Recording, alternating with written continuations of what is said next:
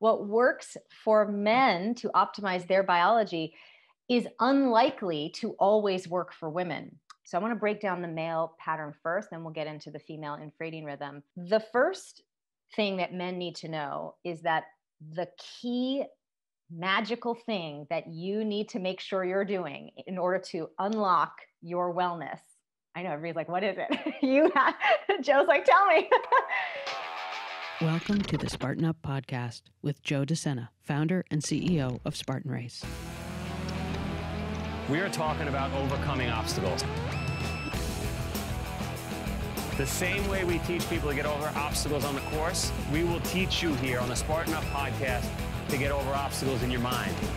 Today, hormone expert Alisa Vitti tells Joe how men can use circadian rhythms to amplify testosterone, about the new study that changes how women should think about intermittent fasting and HIIT workouts, and about how your hormones can amplify your performance.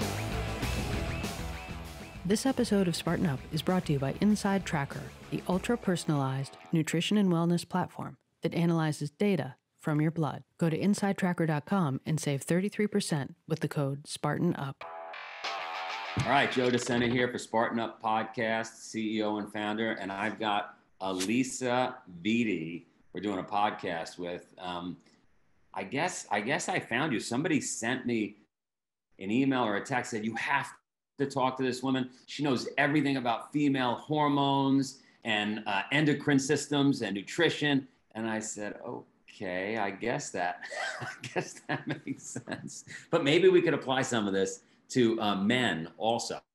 Not that we're about 45% female, 55% male across the globe when it comes to Spartan, about 7 million Spartans, and they all have endocrine systems. Listen, we all have hormones, and men and women have to understand the science of their chronobiology in order to optimize their metabolism. So we'll definitely, for the men listening, you're going to learn a lot about the timing of things to optimize everything that you're trying to achieve with your fitness beyond just the typical kind of stuff. So yes, biohacking for both genders, but my specialty, of course, is really helping women optimize their metabolisms, understanding their biological rhythms. I see, for those watching, I see you read a lot of books. Well, actually, all the books I read are on this side. This is my stockpile of my new book that my publisher had sent. So it makes a nice background. Tell me about the book. First one is WomanCode, and that was published in 2013. And that's a book that helps women who have any sort of existing period problems. So if they're suffering with PCOS or fibroids or endometriosis, and you're looking for a way to recalibrate your endocrine function from the root causal level, the WomanCode book has this now well-loved and well-known flow protocol that I created to help you do that. And my company, Flow Living, is the first digital healthcare platform that's dedicated to really improving women's hormonal healthcare and making living with hormonal issues and dealing with them simple and easy to do, because it already feels confusing and overwhelming as it is. And, I just thought we needed a brand that was going to help us do that. My second book, In the Flow, just came out in January. And this is the first book to ever describe this special biological rhythm that women only have in their reproductive years, called the infradian rhythm, which I know we're going to talk a lot about today. And it presents my really unique, some people call it revolutionary, method for women to optimize their metabolism, their fitness, and their lives as a whole by really aligning with this infradian rhythm, and that's called the cycle syncing method. I love it. But why should we believe you? How did you grow up different from, let's say, my wife or my sister or my daughter? Is that how do you know all this stuff? Well, I'm not sure what exactly is different about me versus your wife or your daughter.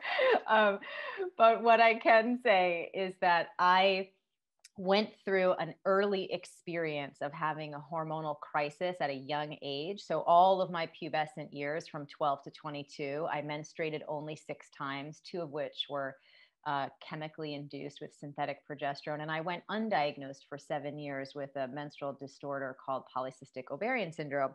And I had access to the best trained Harvard. And then when I was at Hopkins to become an OBGYN, Hopkins trained gynecologist taking care of me, and no one knew what was wrong with me. And my symptoms kept getting worse from, I tipped the scales at 210 pounds. I was covered face, chest, and back in cystic acne. As I mentioned, no menstruation, had mental health side effects from all this hormonal disruption, anxiety, depression, insomnia.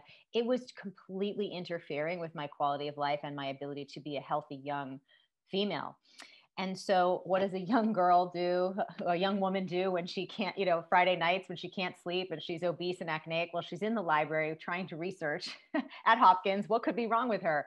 And I did discover an article in an obstetrics journal that described Stein-Leventhal disorder, and read the symptomology and saw that it in fact aligned with exactly what I was presenting with. So I went to my gynecologist the very next morning without an appointment, as the famous story goes. And I said, listen, we've got to do a couple of tests. I'm highly suspect that that this is what I have. And we did all the testing, and she confirmed my diagnosis. And that was a very pivotal moment, because in that moment, I saw a couple things. But what happened next was that she said, yes, you do have PCOS. And I said, great, what do we do? She said, there's nothing we can do for you. We cannot cure you. You'll get progressively worse. All the symptoms you have now will likely turn into diabetes, heart disease, infertility, et cetera. We'll just medicate you to deal with those symptoms along the way. And I just thought two things. One, I can't believe that this is the best that we have for women like me. And two, there are millions and millions of women struggling with hormonal issues. And I just became really passionate about obviously getting this addressed for myself. And I promised myself that if I could conclude successful research to put together protocol using functional nutrition methodology to help reboot my endocrine system, that I would then build a platform to help other women navigate these hormonal issues more easily, with less isolation, with less delay. And that is sort of my origin story and how I got started in all of this, long before functional medicine had even a name. Yeah, and it is terrible, right? That, how much of the cure, because you look very fit and healthy right now, Thanks. How much of the cure was driven by nutrition? 100%. So it's. And I also want to make clear that, cure is a controversial word. I think that when you are someone who has the disposition or the genetic predisposition or lifestyle tendencies or historical tendencies to develop hormone imbalances, that you want to think about long-term remission, but be conscious that if you were to, let's say, revert to dietary and lifestyle habits that would trigger or disrupt your endocrine function in any way, that you should plan on seeing those symptoms crop back up over time. So it's really about remission. And, whether you feel that remission for a long period of time is a cure, that's your personal choice. But, remission is the name of the game. It's really upsetting to me that there's not more time spent on proper nutrition in the medical field. Like it's pretty rare that you meet a doctor, right? Certainly a traditional doctor, male or female, that's giving you nutritional advice. I remember my dad was in one of the top heart hospitals, and I couldn't believe after surgeries what food was available to him. It doesn't. Why is that? I think that it really just comes down to what is being taught to doctors. And, there was an interesting study done, actually.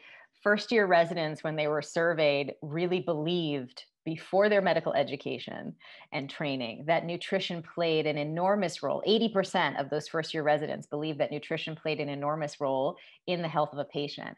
Then when you resurveyed those same physicians in their third year, they only believed that it was a factor that was like 20% of your health was dictated by nutrition. So I think it's just that study is old now, at least 10 or 20 years. But I do think that younger doctors now who are growing up in a wellness environment and in a wellness conversation probably bring a lot more sensitivity and sensibility about nutrition to the conversation, just naturally on their own. But I do think it would be great if the training, expanded for medical students to really include an experience of that nutritional overview. Yeah, I was lucky. My mom in the 1970s found health and wellness before it was cool and hip. But if she hadn't, how would you know that Velveeta cheese or a Twinkie was, you know what I mean? Like, you just assume if they're selling it, it must be okay. The endocrine system, just for everybody that's out there listening, that is, correct me if I'm wrong, our system that connects hormones to the blood. Is that the right, or to organs, or? Well, we can refine that a bit, right? So it's the concert of organs. It's a system of organs and glands that runs from the brain all the way down to the ovaries or the testes. And along the way, these organs and glands communicate with each other via hormones, right? Think of hormones as chemical messengers that are having a specific conversation with these different organs and glands. And what are they trying to communicate? Well, they're trying to communicate if you need to make more of a particular hormone, right? And that the body does that, the endocrine system does that with a negative biofeedback loop. The pituitary gland and the hypothalamus are sort of scanning blood serum levels of these hormones and seeing if you need to make more of them or less. And it sends out stimulating or inhibiting, hormones to help your body keep those levels regulated. And so that's sort of how it works at a high level. What its most important job is, the endocrine system, we think about it in relationship to sex hormones most often, but actually the most important thing, and for any Star Trek fans, the prime directive of your endocrine system is to safeguard the transport of glucose to the brain, the heart, and the muscle tissue. If you do anything dietarily or lifestyle-wise that disrupts, makes difficult, interferes with your endocrine system's job of getting that sugar to your brain, your heart, and your muscle tissue, it will quickly go out of balance by trying to overcompensate for what you are doing unknowingly to disrupt this very important process. Because you can imagine, if your brain and your heart, let's just say, didn't have enough glucose to function, things would go sideways pretty quickly. That is the main purpose. What are the most common mistakes we make, especially in this country, where that disrupt that? Don't worry, we'll be back to the interview in just a minute. But first, a quick note about Inside Tracker, this week's podcast sponsor. Spartans, if you listened to last week's episode of the show, you heard Joe tell Inside Tracker founder Dr. Gil Blander about how he uses Inside Tracker to optimize his own health. It lets him see when diet, sleep, and exercise changes are really working. Inside Tracker is a tool for Spartans like you to access the information your blood holds, so you can optimize your training and nutrition, and maybe even see if you bleed Spartan. Both Spartan and Inside Tracker are on a mission to help you get healthier and live longer, better lives. Inside Tracker's patented system will transform your body's data into knowledge, insights, and a customized action plan with science-backed recommendations. To find out more, go to InsideTracker.com, and you can save 33% with the code SpartanUp. What are the most common mistakes we make, especially in this country, where that disrupt that? Well, I think it's small things like having caffeine on an empty stomach. There's a new study that shows that doing that actually is definitively hormonally disruptive for your blood sugar for a full 24 hours. So if you're going to do caffeine, even if you're upgrading it, you got to do it after a meal and use it as a digestive aid. Skipping meals or going too long between meals. In fact, there was another study just out, a gold standard study, placebo study as well, talking about how intermittent fasting does not actually work as a weight loss tool. It can be very disruptive to blood sugar levels and cholesterol levels. And instead of burning fat, you burn muscle, turns out. So, and this is true for men or women. And then there's bigger things like endocrine disruptive chemicals that you might be exposed to in, let's say, your food, if you're not choosing always organic foods or as many as possible, or what you're putting on your skin, which is your largest organ. So, if you don't feel like you can understand the ingredients, or you wouldn't feel comfortable, quote unquote, having a scoop of it to eat, you might not want to put it on your skin or your hair, or fragrance or deodorant, makeup for women. I mean, the statistics around how much chemical load newborn babies have as a result of fetal exposure to chemicals from makeup products is astounding. So that's just what the baby's absorbing, and then what you're absorbing is even more. So, and then there's the environmental stuff. If you have a lawn and you're using, pesticides to address your lawn care, all of those things are exposures that you can have a lot of control over. And all of these chemicals are known endocrine disruptors and potential carcinogens. And so it's really important that you do your part as part of when I say lifestyle changes, to really remove as many endocrine disruptors as is practical for you, keeping in mind that we have a lot of pollution that we can't control, but whatever you can do with your own personal choices makes an enormous difference in your body's ability to function normally.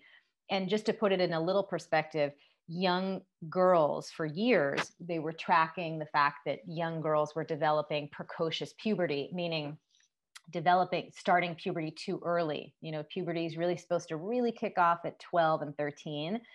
And because of all these endocrine disruptive chemicals that have been introduced into the food supply, into products, and into the environment, young girls, because they have these chemicals have an estrogenic effect in the body, they were being stimulated to start puberty as young as 9. Right? So we're talking about breast development and menstruation as early as 9. This has enormous negative health impacts over the span of that person's life. And we kind of let that go. And then some studies have shown now conclusively that this is also affecting young boys as early as 9 as well.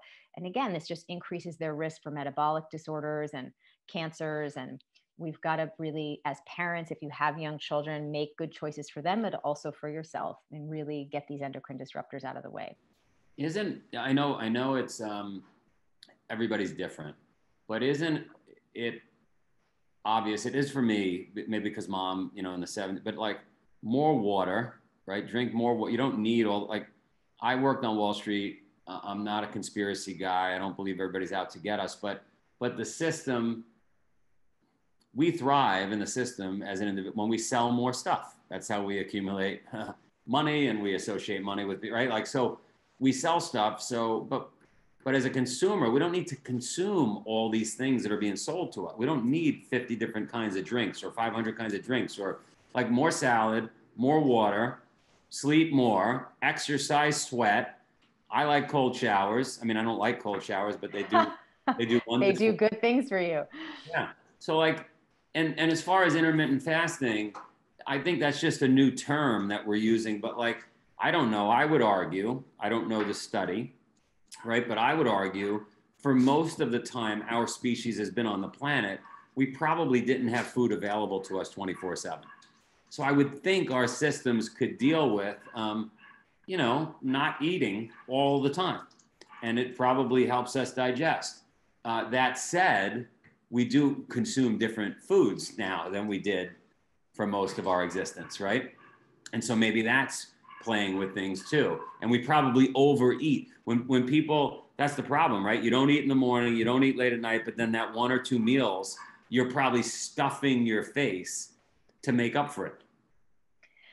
I mean, listen, I think that the only truly for women now, I think it can be a slightly different story for men because of the difference in our metabolic tendencies. So women are micronutrient storers because we need an excess supply of micronutrients should we become pregnant, and for the fetal development we need extra micronutrients. So we tend to hold on to nutrients longer, whereas men are more nutrient wasters in the sense that you don't need to hold on to things. And this is like if you think about like a guy and a girl sitting at a bar, they both have one beer, right?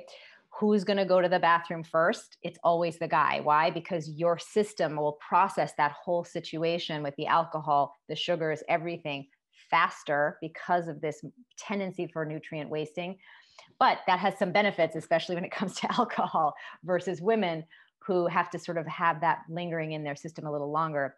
Anyway, but from an intermittent fasting point of view, for women, doing in their reproductive years now, while they are in their childbearing years, the only safe intermittent fasting that I was researching that I put in this new book is that 12-hour fast between dinner and breakfast.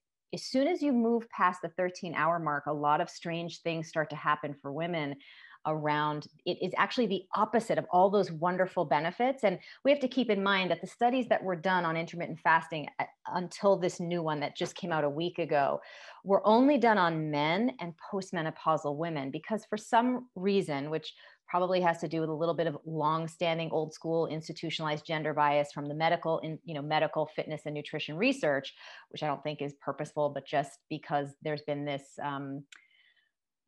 belief that women's hormones are too complicated to create some sort of study, which is, we now know is not true. But anyway, that intermittent fasting study done on men and postmenopausal women shows all these great benefits of intermittent fasting, right? You get improved blood sugar sensitivity, you get better cholesterol levels, better brain performance, better autophagy, right? All of these great things are happening to you when you just extend that 12-hour fast by a few hours every day. For women, in their reproductive years, some of the studies have been showing that it creates the opposite effect. It worsens insulin sensitivity. It decreases cognitive performance. It can disrupt thyroid levels and shrink ovaries, which if you're in your reproductive years, this is absolutely the opposite of what you want to be happening. So doing a safe 12-hour fast every day from dinner to breakfast is absolutely a great thing to do for every woman. Because like you said, we can't be eating all the time. It's terrible for you. You got to rest and digest, and you got to sleep, and you can't have your blood sugar all over the place while you're sleeping because you won't get into deep REM cycle. Your brain won't clean itself. You'll put yourself at greater risk for dementia. It's a slow and steady progression of making choices that are out of alignment with your biology, with diet and lifestyle, that lead to these bigger issues slowly over time. No, that makes sense. So for women, during their reproductive years, finish last meal at 8, next meal 8 a.m. Yep. Is optimal. Gold standard, safe, studied.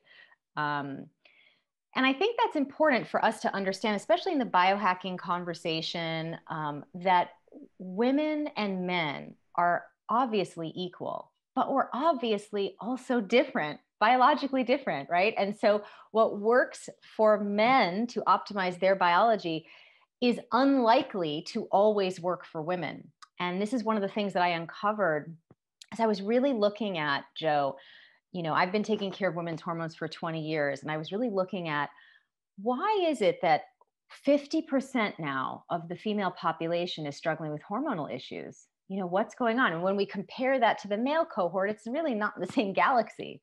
What is so fundamentally different here? Because we're all being exposed to the same endocrine disruptors. We're all being exposed to the same stressful lifestyle. Kind of most of the other things are pretty much, we're doing it the same stuff for ourselves as men and women. So I dug into the research and I found these two things, and that's what prompted me to write the second book. The first thing was, again, as I mentioned earlier, that women in their reproductive years are being left out of medical fitness and nutrition research. And that has a really problematic effect, because that means that anything that you're hearing about, intermittent fasting is great because look at these results. The problem is that the media is not often saying, and the study was only done on men or men and postmenopausal women. It's not giving you that disclosure. And again, I've talked to many journalists about this, and they said, I don't know why we're not doing that. I mean, that we should be doing that. And they're not doing it on purpose. That's for sure. It's just that we're not in the habit we just accept the study results, but the studies are always very gender biased and not including women in this reproductive category. And of course, that's the same in fitness and nutrition. So when you hear about HIIT workouts being the gold standard for building lean muscle, burning stored fat, again, I'm going to sort of blow that up in a minute, but like it totally has a different effect on men and women. And there's a reason why. And that led me to sort of look at, well, what is the root difference? What is so different?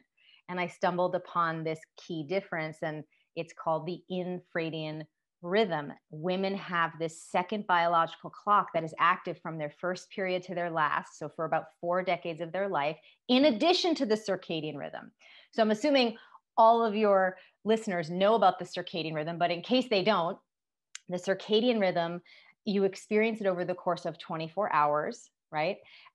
We used to think it just governed like your sleep-wake cycle, but research over many years has really shown that it controls the timing of many nuanced bodily functions, like when your bowels are more active, when your blood pressure is more elevated, when it's less elevated, etc. And the timing of these things and the regulation of this timing really allows you to function normally, right? Can you imagine if you're trying to get good deep sleep and all of a sudden there's no circadian rhythm and your bowels are just randomly active at 2:45 in the morning and you got to wake up and have like a giant bowel movement? Totally disruptive to your health, to your sleep, quality of life. Like, it's helpful that we have this inner biological clock keeping things moving at a certain rhythm. And men's hormonal biological rhythm follows this circadian clock exactly. So I want to break down the male pattern first, then we'll get into the female infradian rhythm, if I may. So the first thing that men need to know is that the key magical thing that you need to make sure you're doing in order to unlock your wellness. I know everybody's like, what is it? Joe's like, tell me. You have to make sure that you don't interrupt your testosterone production time period. It happens from 10 p.m. to 5 a.m. And you do that every night. You're going to make all the testosterone that you are going to have access to for the next 24 hours the night before. You got to get that sleep in. So a lot of men who are complaining that they feel like they're having signs of low T, you don't necessarily need to go right to the cream. What you need is to look at your sleep habits. Are you asleep at 10, getting deep sleep? And are you waking up naturally somewhere between 5 and 6 a.m.? That's the key sign, because guess what gets released back into your bloodstream around between 5 and 6 a.m.? All that testosterone and your morning cortisol, right? So you should just wake up full of energy, potentially with some, morning situation, right, below the belt. And all of that is a great sign for you to know that you have made testosterone, you have healthy cortisol production, and you're up and energized, right, without caffeine. And then to optimize your day, fitness-wise, work-wise, right, you're going to front load exercise, strength training, and deep work first thing in the morning. So from like 6 a.m. to noon, you want to block off that time to whatever feels good to you, do some deep work and do your strength training. Then from noon to 3, we start to have the first like descent in the concentration, blood serum concentration of testosterone and cortisol, right? And then from 3 to 6, we really drop off pretty much altogether. So this is interesting because from 12 to 3, and especially from 3 to 6, you're going to notice that you're more sensitive to your estrogen. Men produce estrogen too, just much lower levels. And all that means is that as you're more able to have your brain sort of be sensitized by this estrogen, you're just going to feel more naturally social in the afternoon, right? And it kind of lines up with how men have organized corporate culture, work culture around this male biological rhythm, right? Do your deep work in the morning, have your morning workout, some sort of lunch meeting, networking events in the afternoon, happy hour. Then you go home, you wind down, you get in the man cave, you go to bed at 10 o'clock, make your testosterone, and it's rinse and repeat every single day. Have more calories in the morning, fewer at night, medium amount in the middle of the day, every single day, every single day. And if you keep that schedule, you optimize that male biological pattern. and you start to have better results with less effort, right? Both with fitness and with your productivity. Crazy question, bold question. Sex before 10 p.m.? Does it matter? There is optimal timing for sex for men, and it's in the morning, obviously, when you have that surge of testosterone. So anytime before noon for a guy is optimal for you. I would say for women who sometimes feel frustrated that after 10 o'clock, a man, or even after 8 o'clock really at night, a man is a little less, or your man is a little less interested or pursuing of you or even responsive. Do not take that personally. Be aware of his biological hormonal pattern, as we are going to ask him, again, if you guys are in heterosexual relationships, we're going to ask him to be aware of yours. We have to be allies for each other to optimize our biology, right? I have a husband. I pretty much know after 8 o'clock, 9 o'clock, I'm not going to really like approach him often for this type of activity, because it's just not optimal for him. And then of course it's not going to be optimal for me. And I don't take that personally. It's just a fact, science, biological fact. I'm not going to get hung up on it. All right. Now this is awesome. Now give me the female clock. So the female clock is the infradian clock. We also have the circadian, right? So we actually have two clocks, and that's actually, let's say from a quantum physics point of view, something that I would argue has to do somehow with the fact that we 3D print the tiny human beings. But anyway, that sort of existential thought aside, this infradian clock, we experience it over the course of our monthly cycle, approximately 28 days. Again, like it would be too simplistic now to think that the circadian rhythm only governs your sleep-wake cycle when we know it governs so many more nuanced functionings of your system. The infradian rhythm for women doesn't just govern when they're ovulating and when they're menstruating. It governs our brain, our metabolism, our microbiome, our stress response system, our immune system, and our reproductive system, which comprises of our periods, our sex drive, and our fertility. So it's really important that women understand that because we've been left out of that research, all the things that you've been trying all these years to optimize, to get those results that have been promised to you by the studies that have been showing these results in men, and you're not getting them, that 100% has to do with the fact that they are not including this biological rhythm into the research and into the suggestions, right? They're optimizing that circadian pattern, which again, really works better for the male biological rhythm. So how does it affect? Let's break down just two of the pieces for women. We're going to talk about how the infradian rhythm affects your metabolism and how it affects your stress response system. And we're going to look at nutrition and fitness, what needs to be different, right? Because for men, it's the same thing, same time of day, every day. The assumption that you've been told is that, women are just smaller versions of men, and therefore with slower metabolism. So we have to restrict calories more and work out harder every day and hope we will get those results. It's just not scientifically accurate and, illogical once you hear what I'm about to tell you. So your metabolism is modulated by this infradian rhythm, meaning in the first half of your cycle, the follicular and ovulatory phases, your metabolism is slower. You need fewer calories. In the second half of your cycle, luteal and menstrual phases, the metabolism speeds up, and studies show you need 279 more calories per day. Fact. How you feel about that is irrelevant. If you don't front load your diet in the luteal phase with those calories, guess what you will do later in the day, not even realizing? You will binge eat garbage, right? Because your body needs those calories however it can get them. And ghrelin as a neurotransmitter is way too powerful for you to resist with willpower, right? So you need those calories. Metabolism is different. So even just this whole idea that you would keep a steady caloric intake each and every day is outdated and is only relevant for men, right? Because outdated for women, but is completely relevant for men. You have to keep a steady caloric intake every day if you have testicles. If you have ovaries, You have to modulate your caloric intake across the cycle as this infradian rhythm takes effect on your metabolism, period, full stop, end of story. Doing anything else is illogical and will disrupt your endocrine system, because if you don't have enough calories, you're going to have hypoglycemia, your cortisol is going to get elevated, you're going to disrupt ovulation, you're going to disrupt progesterone, you're going to have PMS, and that's just within the first month. If we keep doing that month over month, now we have PMS, now we can have menstrual disturbances, now we can have low sex drive, now we can have infertility, et cetera, right? And this is just by disrupting this one, or not aligning with this one factor of the infradian rhythm.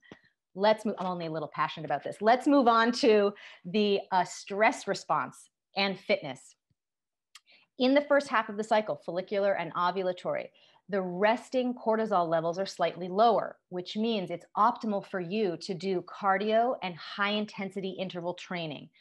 Doing this coupled with the slower metabolism, the slightly lower calorie intake, and the lower resting cortisol creates a perfect internal environment, coupled with that higher intensity workout, for you to build lean muscle quickly, efficiently, and without injury, and use stored fat as fuel.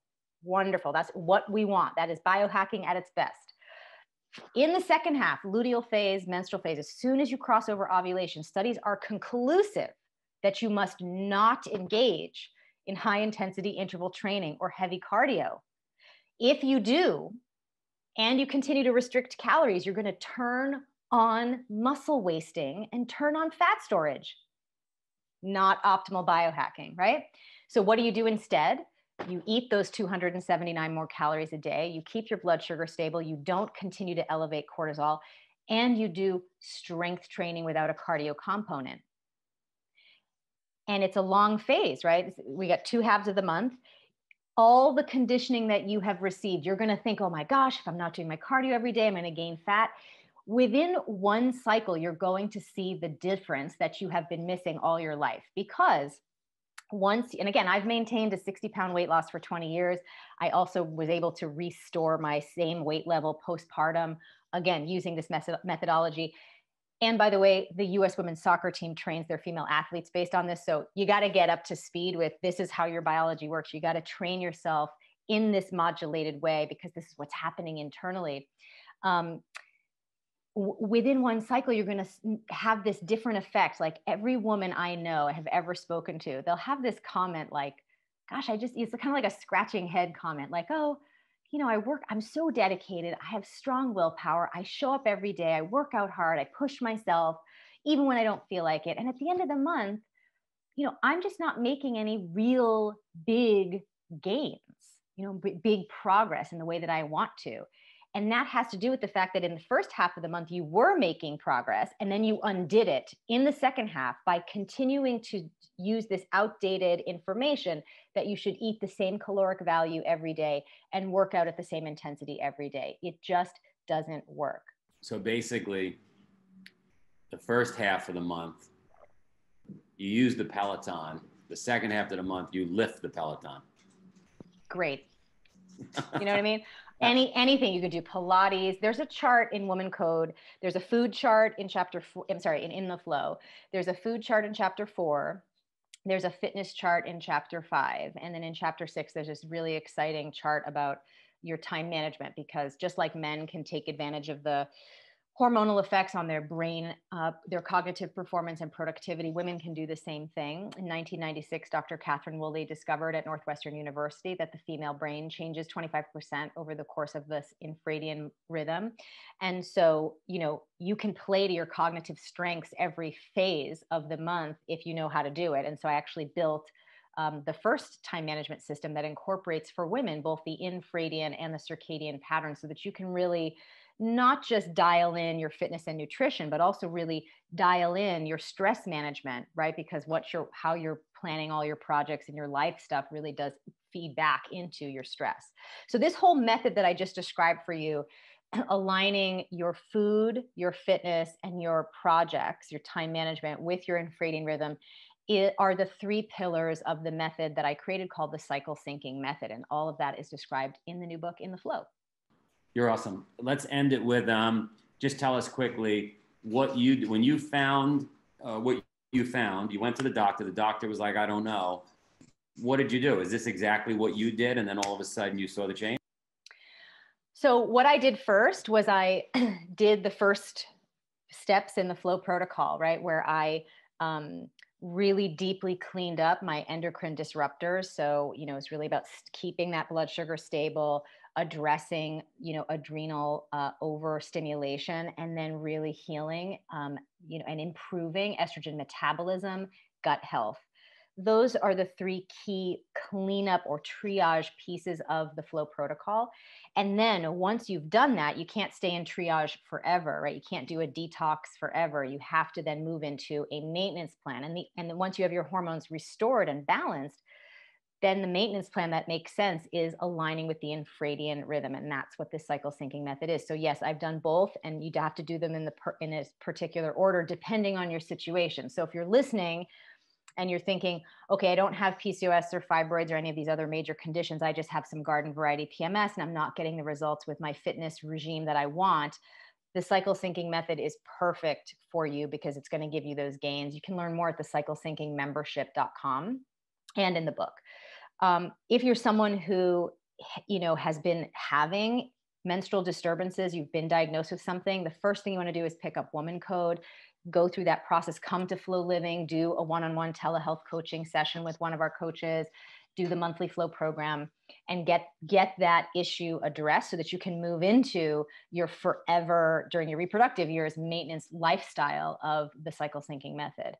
And I want to touch on one last factor for women, especially if you're trying to optimize your fitness and your performance, which is birth control, synthetic birth control. This is something that you should just be aware that actually really depletes your micronutrient levels, shuts off your infradian rhythm, disrupts your microbiome, causes you to store fat, lose lean muscle, disrupts, even just who you are at a brain level. And so it's important to just be aware of that. If you're struggling with issues and you're not really being, thrilled about being on that medication, you should know that there are other options. And certainly if you do want to stay on them, make sure you're taking good quality supplements. I formulated a set to help women with these issues, and you can find that at the website too. You're awesome. Thanks for doing this. I learned more about women on this podcast. I should have, before I got married and had daughters, I should have spoken to you. But I think every man I ever talked to has this same beautiful, generous reaction of like, I really wish I had known this, because what you're saying is it would be so great to know the formula of how the people that I love work, just like I know the formula of how I work, right? Because then we can interact with each other in more supportive ways. And by the way, in the book, we go into relationships, sex, motherhood. How do you optimize, all of those things, really understanding this infradian rhythm effect, and how can you empower your partner to really be there with you on that journey. I love it. And I'm going to reach out to you too, because I'm putting together a book. I'll talk to you offline. I think you can give me a one-page chart that would be really interesting for the book. Awesome. This episode of Spartan Up is brought to you by Inside Tracker, the ultra-personalized nutrition and wellness platform that analyzes data from your blood. Go to InsideTracker.com and save 33% with the code SpartanUp.